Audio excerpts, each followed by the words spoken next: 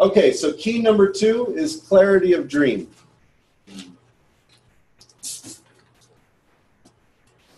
This one we can go into for a while. We'll have a little exercise around it. One of the first things I would ask you is your dream actually yours? Or was it placed there by expectations throughout your life? Have you done the deep work to figure out, is this really what you are intentional about and aspiring to? Has life crushed it out of you? I'm listening again to Napoleon Hill in the beginning part, and he said, basically, life had just about crushed it out of me.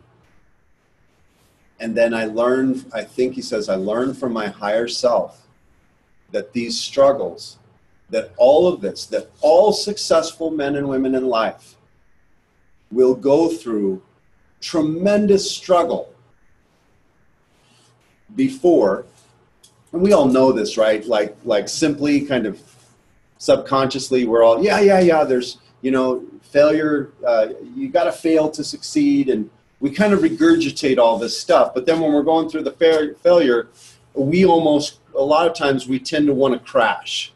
Why me? What am I doing wrong? Why does it have to be wrong? I mean, I do this. I've done it over the last 6 years. I've looked one, am I crazy trying to build this Weibo thing? And as people will be around me for 2 years and they'll go, what is it again? Am I really crazy? Well, maybe, but it's a good crazy. It is a good crazy. I like it. I like crazy. Mm-hmm. But with your dreams, are they clear and are they yours? Because from there, I think you're going to derive what Wayne said, which is my passion in life, definite purpose. It's just uncovering your definite purpose, where you will put your intense focus to achieve those dreams.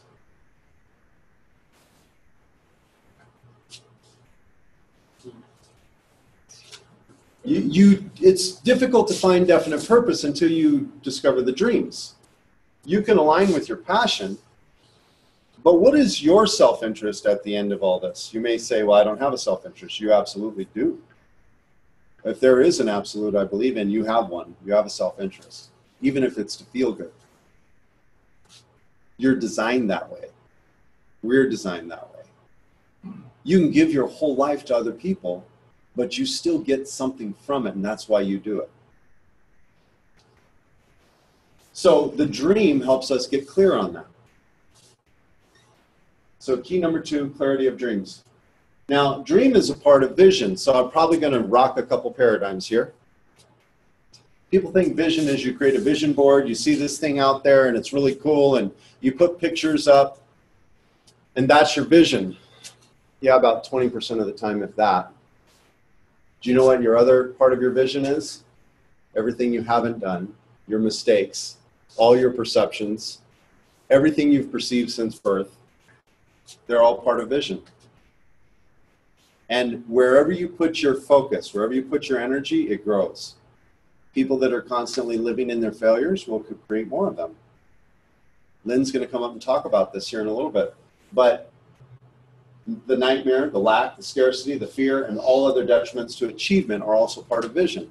So it would stand to reason that the process that we're going through right now, if you're not taking these points one by one, but you're actually putting them into a formula, number 1, be aware of your higher self. There's a more evolved version of you calling you to something bigger, most likely. Number 2, that calling is tangible in this visualization of a dream. And that dream is going to boil down to number 3, which will be definite purpose. But this dream, the clarity of this dream allows you to then determine the definite purpose. So my dream is to go to Disneyland, but I'm on a train going to Chicago. Oops. But my dream is to go to Disneyland. But my parents told me this train goes to Chicago, you'll like Chicago better. But my dream is Disneyland. How long do I stay on that train? If my dream's Disneyland. Well, how long you stay on the train depends on whether you want to be true to yourself or true to your parents. Very good. Now, if I'm aware of myself and I start to honor that, I'm going to look more towards getting on the route to Disneyland.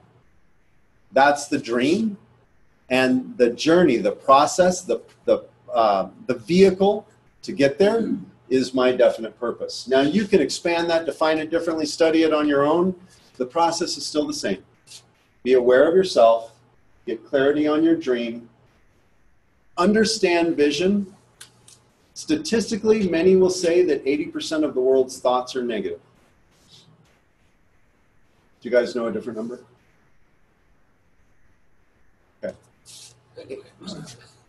About 80, studies show about 80% of a person's thoughts are negative, on average. But remember, average is average, common thought, yeah.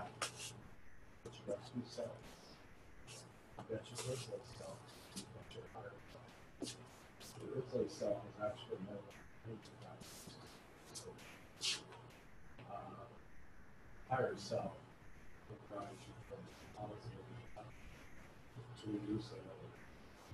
So would you say if you consciously give energy to the higher self and awareness to that, then you would be more on the positive side?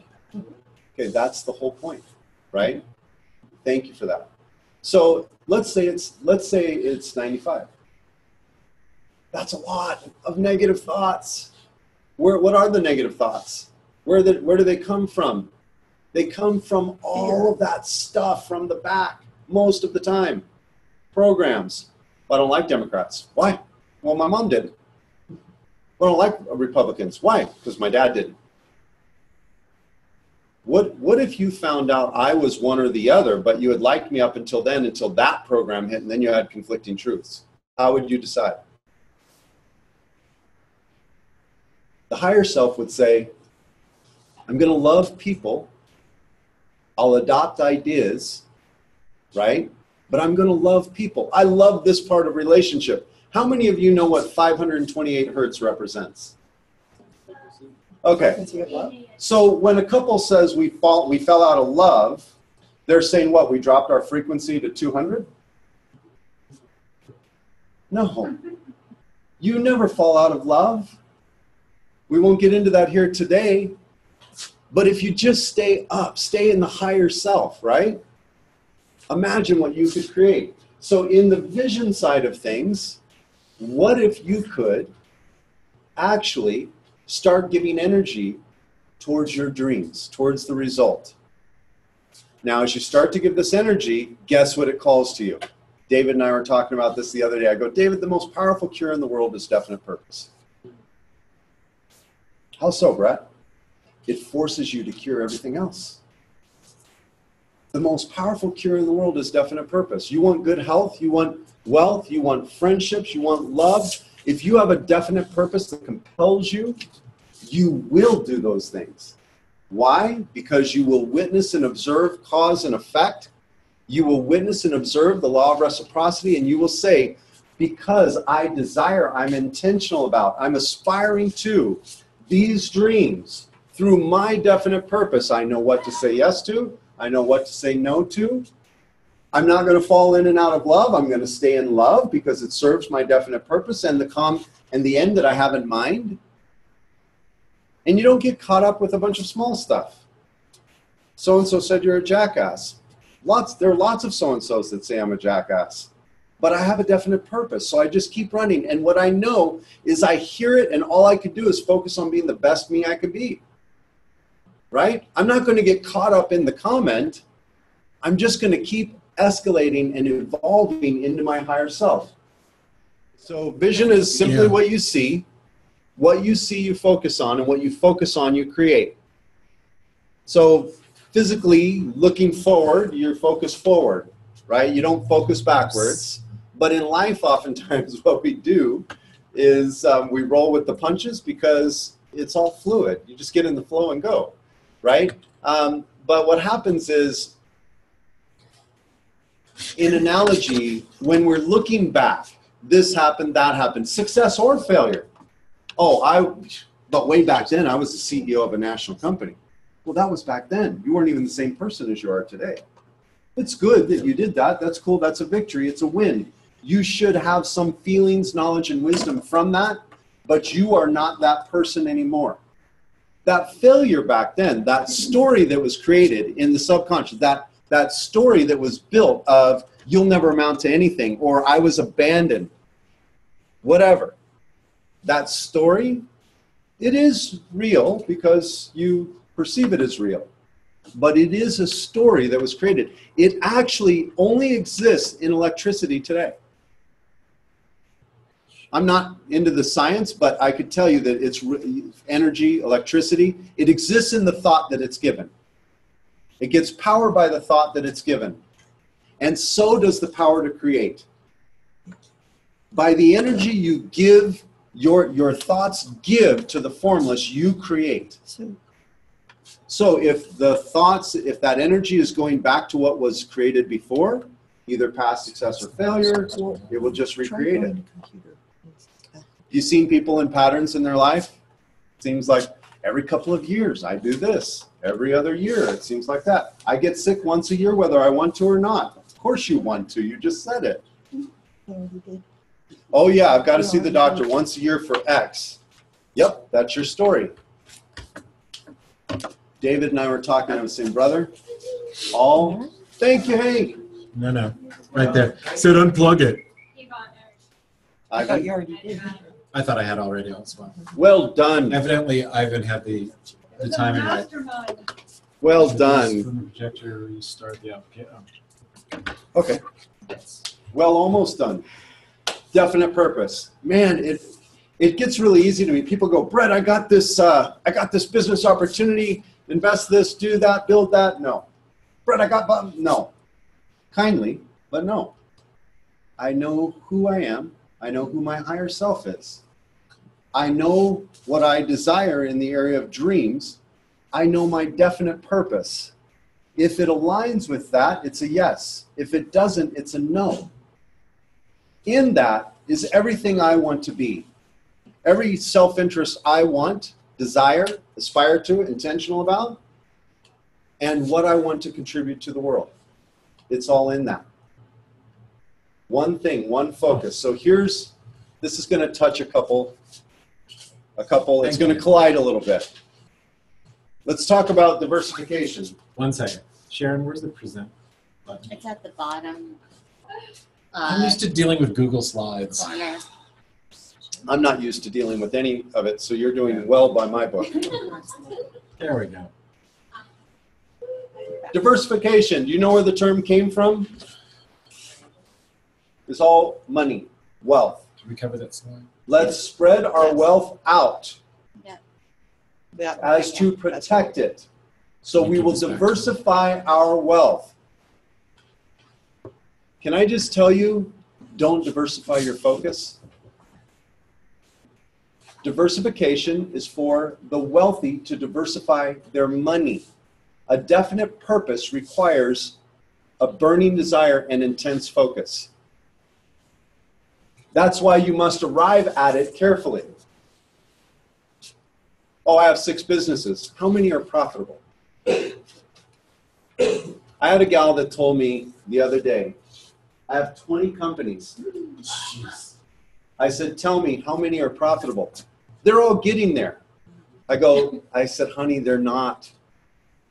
Take one and get it there.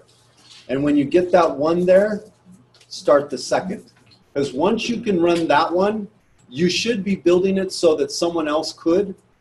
Then start another. Well, I've got multiple businesses. I know. And so where is your focus? Well, I'm a candlestick maker. No, I'm a butcher. No, I'm a baker. Who are you?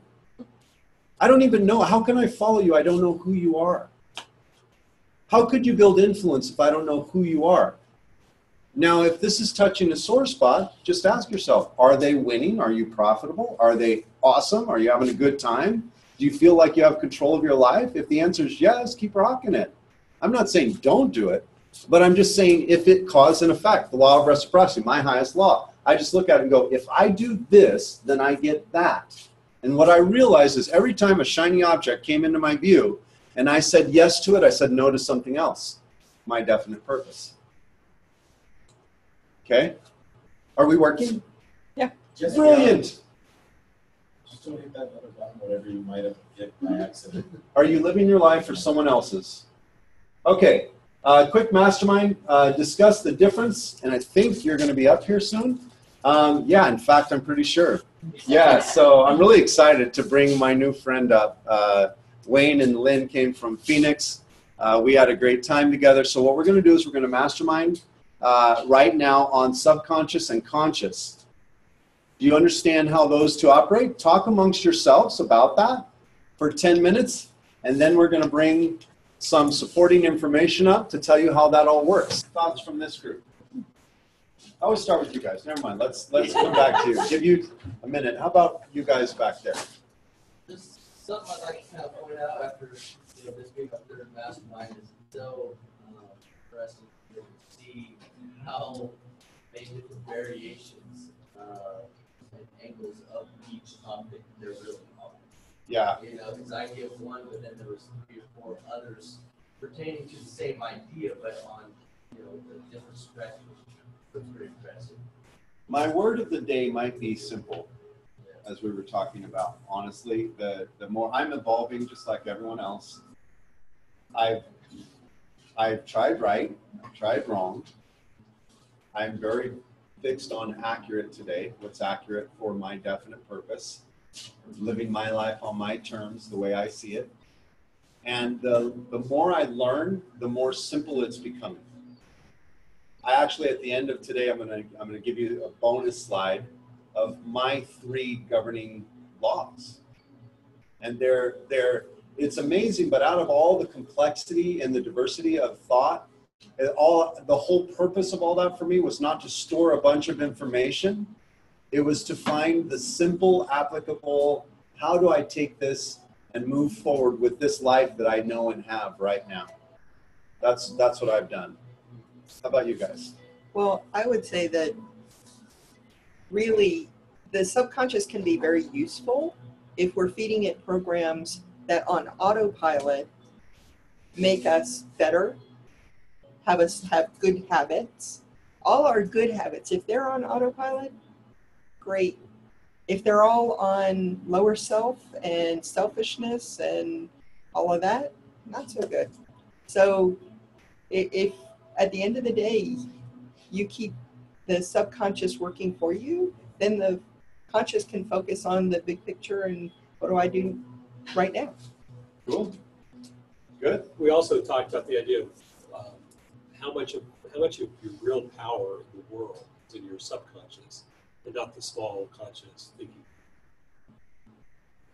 It's almost a chicken and an egg thing when you understand it, yeah. Because,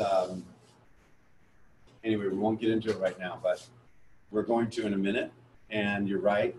In fact, you're all accurate. You guys? Comments? I think just being conscious of how subconscious your behavior is throughout the day and acknowledging that about yourself and really working on that level, installing new habits, new activities that you do every day. Just be gentle with yourself. That's why That's a sweet perspective, gentle with yourself. I love it. You say that a lot. Yeah, it's really good. All right. Anyone recognize?